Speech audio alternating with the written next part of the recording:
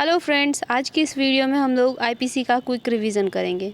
Okay, तो IPC में total chapter है 23। देखिए चैप्टर 23 एंड टोटल सेक्शन है 511। तो फर्स्ट चैप्टर है इंट्रोडक्शन। फर्स्ट में इंट्रोडक्शन दिया गया है जिसमें 5 सेक्शन आता है। सेक्शन 1 कहता है title and extent of operation of the code, यानी इस कोड का टाइटल एंड एक्सटेंट क्या होगा इसके बारे में। सेक्शन 2 बताता है punishment of offences committed with in India. And section 3 कहता है punishment of offences committed beyond but which by law may be tried with in India. Section 4 कहता है extension of code to extra territorial offences. Section 5 कहता है certain laws not to be affected by this act. अब ये तो first chapter का 5 section था। अब सेकेंड चैप्टर कहता है जनरल एक्सप्लानेशंस के बारे में बताता है।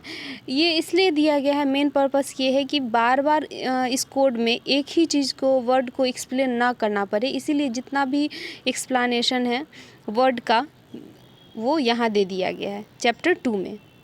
जैसे अगर जेंडर है तो मेल फीमेल, इस सब का जो भी यहाँ पे एक्चुअल मीनिंग लॉ में दिया गया है वो सब एक जगह एक चैप्टर 2 में, इस चैप्टर 2 में कवर कर दिया गया है। ओके, तो इसमें 6 है सेक्शन, टोटल सेक्शन आ जाएगा इसके अंदर आपको 45, 46, 52A हार्बर तक। ओके, जनरल एक्सप्लानेशन, नाम से ही लग रहा है जनरल एक्सप्लानेशन क्या है वो हर वर्ड का दे दिया गया है एक ही जगह। सेक्शन 6 से लेकर के 52A तक। सेक्शन 6 बताता है definition in the code to be understood subject to exceptions. जितना भी एक्सेप्शंस है जिस कोड में आएगा वो सब इसके अंतर्गत डिफाइन कर दिया गया है। फिर सेक्शन 7 कहता है sense of expression once explained, एक ही बार एक्सप्लेन किया जाएगा, बार बार कोड में रिपीट नहीं किया जाएगा एक ही वर्ड को वो। फिर है सेक्शन 8 जेंडर को डिफाइन करता है।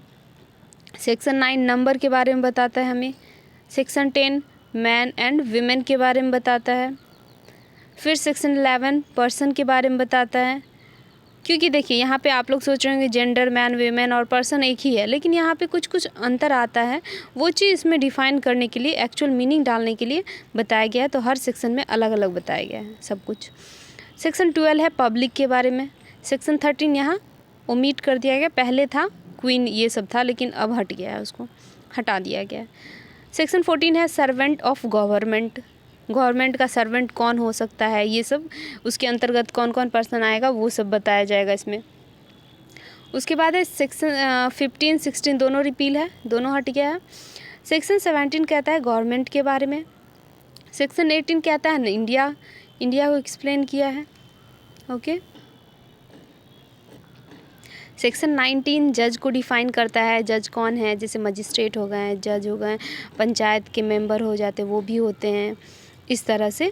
और कुछ एक्सेप्शंस भी बताया गया है इसमें, जैसे कि कौन जज नहीं हो सकते हैं। अगर कोई ऐसा मजिस्ट्रेट है जिसको सिर्फ ट्रायल करने का पावर है तो उसको जज की कैटेगरी में नहीं रखा जाएगा।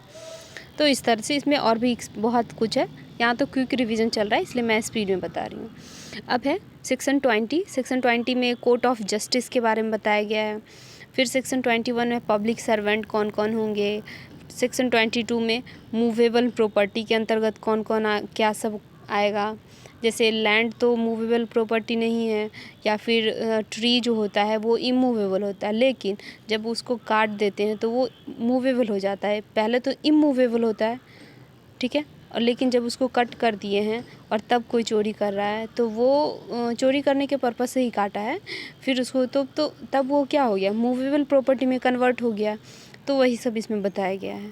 फिर है सेक्शन 23, इसमें wrongful gain, wrongful loss, gaining wrongfully, losing wrongfully so है, यानी कि गेन कर रहे हैं हम गलत तरीके से गेन कर रहे हैं, या फिर लूज़ हो रहा है गलत तरीके से, कोई पर्सन का हानि हो रहा है, ये सब। फिर सेक्शन 24 डिसऑनेस्टली को डिफाइन करता है। सेक्शन 25 फ्रॉडुलेंटली को डिफाइन कर देती है कि दोनों बहुत सिमिलर लग रहा होगा लेकिन दोनों में डिफरेंस है, इसलिए यहाँ पे दिया गया है। फिर है section 26 reason to believe. Section 28 counterfeit हो गया, यानी कि जैसे काउंटरफिट कॉइन होता है ना, नकली कॉइन ये सब चलाना, तो वो काउंटरफिट में आ जाए। इसके बाद है सेक्शन 29 डॉक्यूमेंट को डिफाइन करता है। फिर सेक्शन 29A इलेक्ट्रॉनिक रिकॉर्ड के बारे में बताता है हमें। सेक्शन 30 वैल्यूएबल सिक्योरिटी के बारे में बताता है। सेक्शन 31 विल के बारे में बताता है, ठीक है। अब है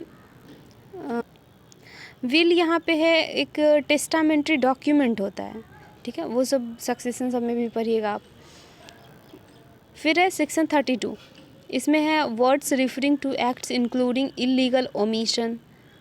ऐसा कोई वर्ड रिफ़र कर रहा है, ऐसे एक्ट को वर्ड रिफ़र कर रहा है जो इलीगल ओमिशन है।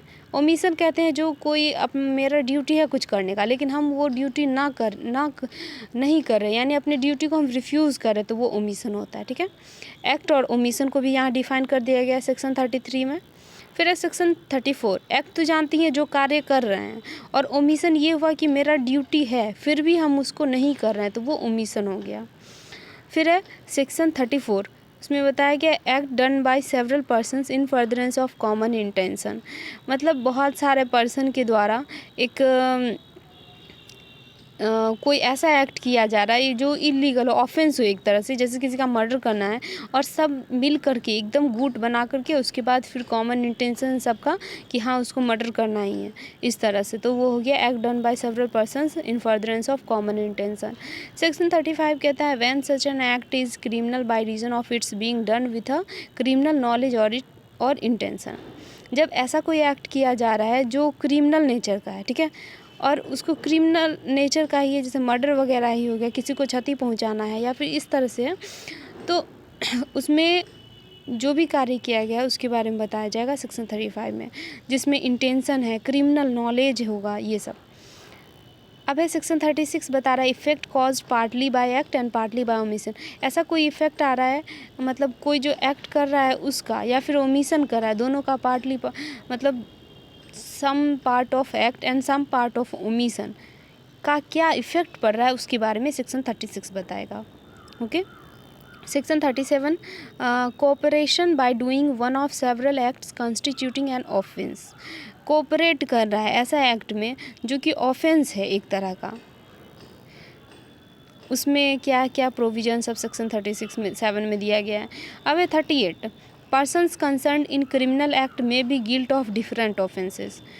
यानी कि पर्सन जो कंसर्न कर रहा है क्रिमिनल एक्ट में इन्वॉल्व है, जो वैसा पर्सन जितना भी पर्सन है जो क्रिमिनल एक्ट में इन्वॉल्व है, वो हो सकता है डिफरेंट ऑफेंस में भी गिल्ट हो, उसके लिए भी गिल्ट हो, ठीक है। यानी एक ऑफेंस करने के लिए उसको बहुत सारा कार्य करना होगा, हो सकता है उस कार्य के अंतर्गत बहुत सारे ऑफेंस हुआ होगा और हर पर्सन का अलग अलग भी हो सकता है, इसलिए। सेक्शन 39 बता रहा है वॉलंटरली, यानी स्वतः खुद से, जैसे इंटॉक्सिकेशन करता है तो खुद से करता है तो वो वहाँ पे लाइबल हो जाएगा। अगर खुद से नहीं, ज़बरदस्ती कोई पिला दिया ऐसे है तो वो हो जाएगा, तो वो ऑफेंस नहीं होता है, मतलब उसमें कुछ डिफेंस है, ठीक है। सेक्शन 39 वही हुआ कि वॉलंटली स्वतः।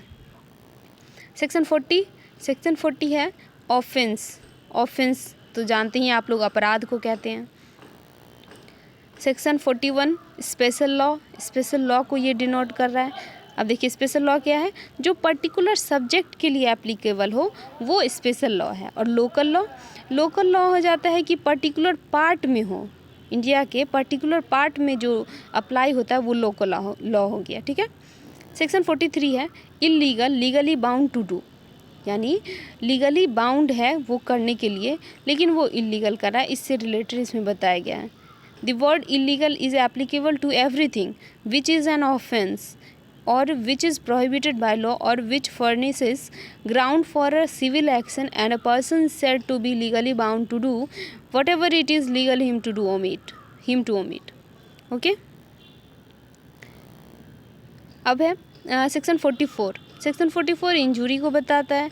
सेक्शन 45 लाइफ के बारे में बताता है, तो लाइफ किसका, ह्यूमन बीइंग का, ये भी क्वेश्चन रहता है, ठीक है।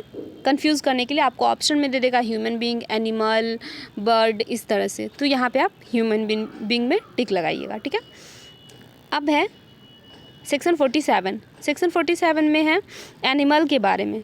एनिमल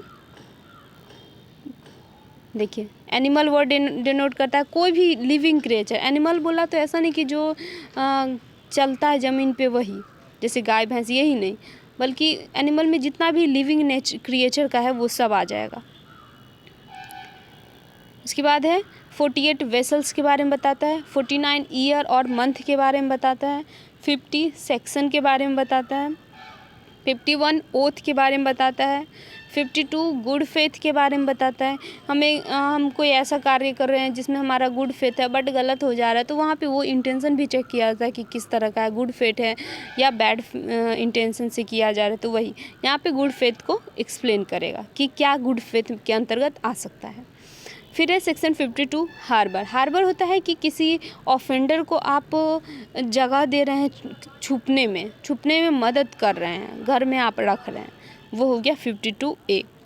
तो आज के लिए इतना ही रहने देते हैं क्योंकि बहुत लंबा वीडियो हो जाएगा, इसलिए ऐसे मैं कोशिश करूँगी कि 10 मिनट में ही सारा कवर हो जाए। Thank you.